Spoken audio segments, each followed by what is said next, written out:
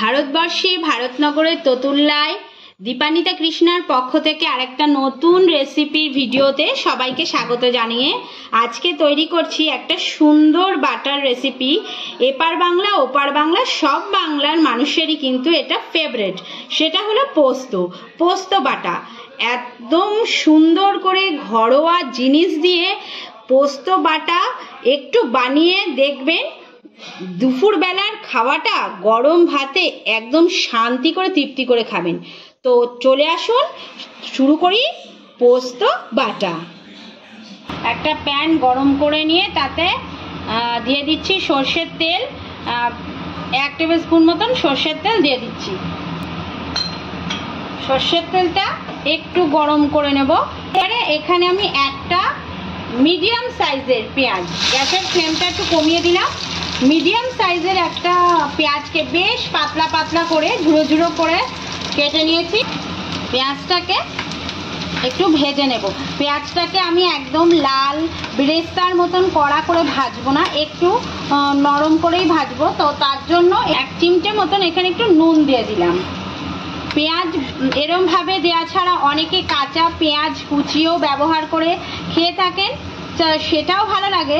তবে আমি বলবো একবার এইভাবে ট্রাই করে দেখুন। পেঁয়াজটাকে হালকা একটুখানি লাল করে ভেজে নিয়ে তারপরে পোস্ত বাটার সঙ্গে খেতে সেটা দারুণ লাগে। আর নিরামিষ যারা খাবেন তাদের এই পেঁয়াজটা স্কিপ করলেই হবে, বাদবাকি সমস্ত কিছুই এক থাকবে, তো সেটাও খেতে কিন্তু ভীষণ ভালো লাগে। এখানে 50 গ্রাম কি তার বেশি একটু পোস্ত নিয়েছি, তো বলতে পারবো না সঠিক মাপটা, বাড়িতে কৌটোতে ছিল তো তার থেকে 4 চামচ ভরে ভরে নিয়ে নিয়েছি। 50 গ্রামের ওপরেই হবে। সেটাকে আমি আধ ঘন্টা মতন একটু জলে ভিজিয়ে রেখেছি, এতে বাটতে ভীষণ সুবিধা হয়। তো হাতে যদি সময় না থাকে অন্তত 5 মিনিট একটু ভিজিয়ে রাখবেন। তো এখন এই যে এটাকে আমি একটা ছাঁকনির মধ্যে ছেঁকে নিচ্ছি, নাহলে তো বাটতে পারবো না জলটার জন্য। আমি এটাকে একটু ছেঁকে নিলাম। এখানে আমি শিলনোড়া ব্যবহার করছি, আপনারা মিক্সিতেও করতে পারেন। তবে বারে বারেই বলছি, যেখানে বাটাবুটি খাওয়ার ব্যাপার সেখানে কিন্তু মিক্সিটায় যতই জল ছাড়া বাটুন সেটা কিন্তু একটু পাতলা মতোই হয়, ওটা কিন্তু টেক্সচারও ভালো আসে না, বা খেতে শিলনোড়া বাটারই সবসময় বেস্ট অ্যান্ড বেস্ট। তো এটা নিয়ে নিলাম শিলনোড়াতে। আর একান্তই শিলনোড়া না থাকলে কি করা যায়, সেক্ষেত্রে তো করতেই হবে।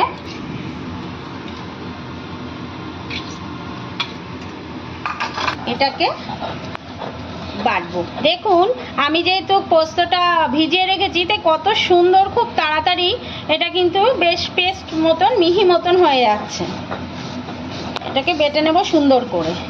পোস্তর কাঁচা বাটা মানে যেমন সুস্বাদু, স্বাস্থ্যের জন্য তো ভালোই, শরীর ঠান্ডা রাখে, আবার এটাকে কিন্তু একটু নাড়িয়েও খাওয়া যায়। তবে আমি বলবো এইভাবে খেয়ে দেখবেন, ভীষণ ভালো লাগবে। পোস্তটাকে সুন্দর করে মিহি করে বেটে নেব। ও পেঁয়াজটা এদিকে ভাজা হয়ে গেছে, গ্যাসটা এবার বন্ধ করে দেব। গ্যাসটা বন্ধ করে দেব। কিছু কাঁচা লঙ্কা নিয়েছি। কাঁচা লঙ্কাগুলো ছোট ছোট দেখে ভাববেন না, দর্শনে যাবেন না।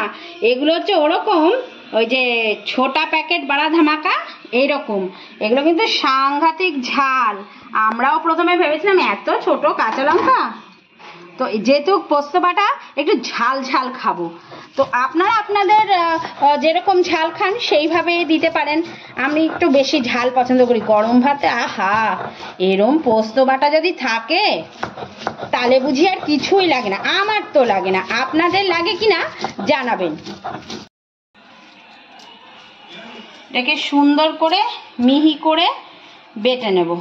অনেকেই হয়তো ভাবছেন এত দামের পোস্ত তো এখন বেশ অনেকটাই দাম, এরকম দামের দিনে আবার পোস্ত বাটা, তো কি করব বলুন, একটু পোস্ত বাটা খাবো না?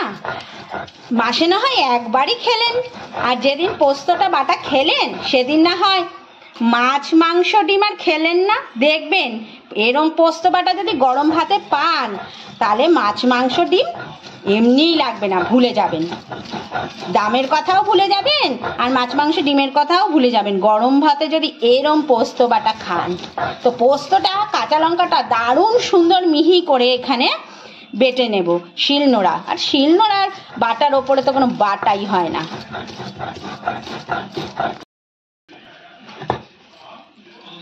পোস্তটা বাটা কমপ্লিট।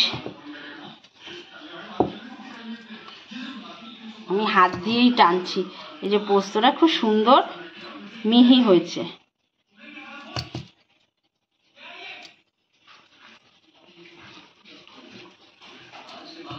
পোস্তটা এক জায়গায় করে নেব। এবার এর মধ্যে এই যে পেঁয়াজটা, এই পেঁয়াজটা দিয়ে দেবো।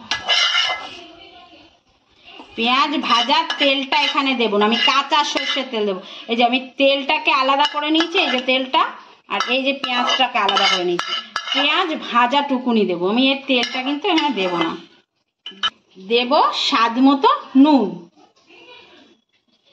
হলুদ টলুদ কিছু দেব না। আর দেব কাঁচা সর্ষের তেল। ওই আমি পেঁয়াজ ভাজার তেলটা দিইনি কিন্তু, তাহলে কিন্তু পুরো পোস্ততেই পেঁয়াজের ওই গন্ধটাই আসবে। ভালো করে সুন্দর করে একটু সর্ষের তেল দিয়ে দিলাম, আর কিচ্ছু দেবো না। এবার সুন্দর করে এটাকে শিলনোড়ার উপরেই মেখে নিচ্ছি।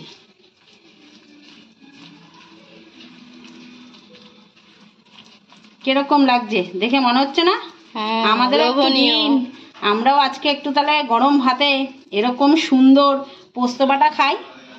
কি খুব পরিশ্রম লাগলো না খুব উপকরণ লাগলো, অথচ একদম ট্রাস্ট মি খুব দারুণ একটা বাটা তৈরি হয়ে গেছে। তো আমি এটাকে একটা ভালো করে মিক্স করে নিয়েছি, তো রেডি। একটা বাটিতে আমি এটা তুলে নিচ্ছি। তাহলে আজকে এই পোস্ত বাটার রেসিপিটা কিরকম লাগলো? আর যারা নিরামিষ খাবেন তারা ওই পেঁয়াজটা স্কিপ করে দেবেন, দেখবেন খুব সুন্দর লাগছে। আর কাঁচা পেঁয়াজ দিয়েও খেতে পারেন, তবে ওই যে বললাম এইভাবে বানিয়ে একবার খেয়ে দেখবেন, খাওয়াটা খুব ভালো হবে। তো সকলেই ভালো থাকবেন, খুশিতে থাকবেন এবং খুব সাবধানতার সঙ্গে জীবন কাটাবেন, এই কামনা করে আজকের ভিডিওটা শেষ করছি। ভিডিওটা দেখে একবার অবশ্যই বাড়িতে বানিয়ে খাওয়ার কিন্তু অনুরোধ রইল।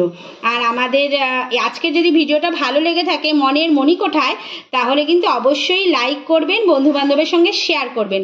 আর একই কথা বলবো, ভালো না লাগলেও এক ডিসলাইক করবেন, কিন্তু আমাদের সঙ্গে যোগাযোগ রেখে চলবেন। আর যারা নতুন বন্ধু আমাদের ভিডিও দেখছো এখনো সাবস্ক্রাইব করেননি, তাদের কাছে অনুরোধ করছি সাবস্ক্রাইব করে আমাদের পাশে থাকবেন। নমস্কার।